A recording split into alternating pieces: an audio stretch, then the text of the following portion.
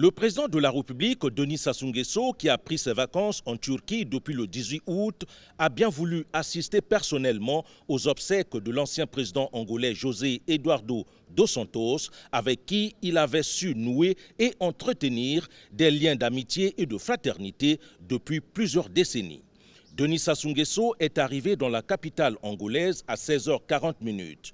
Il est reçu au bas de la passerelle par Tete Antonio, ministre angolais des Relations extérieures. Le chef de l'État arrive à Luanda profondément affligé par la disparition de son frère Dos Santos. Les funérailles de ce combattant de la lutte de libération de l'Angola du joug colonial portugais se dérouleront ce dimanche 28 août 2022 en présence de près d'une dizaine de chefs d'État étrangers. La base de la force des Nations Unies à Butembo, dans l'est de la RDC, attaquée par des miliciens mardi. L'incident est survenu alors même que les casques bleus venaient d'évacuer le site. Une décision consécutive aux violentes manifestations dont ces soldats de la paix ont été la cible en juillet. C'était un sentiment de satisfaction.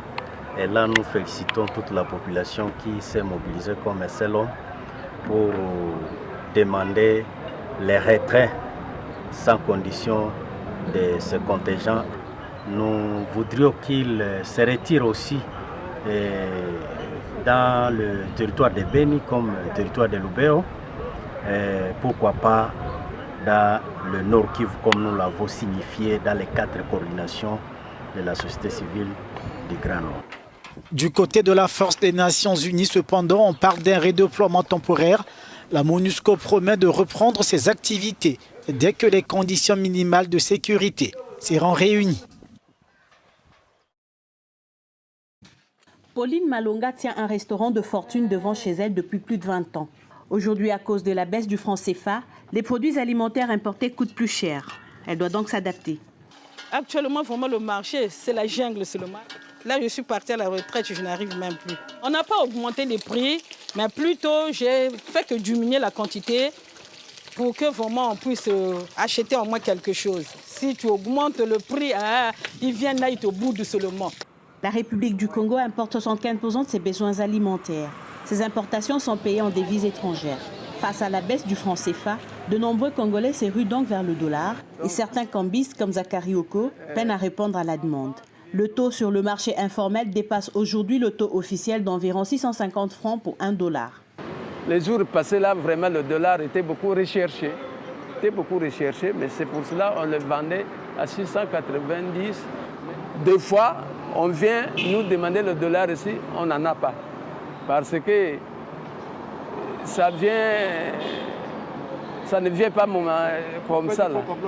Paul Obambi est président de la Chambre de commerce de Brazzaville. Il explique que la baisse du franc CFA n'est pas qu'une mauvaise nouvelle. Elle favorise les exportateurs, particulièrement les pétroliers, qui pourraient voir leurs bénéfices augmenter cette année.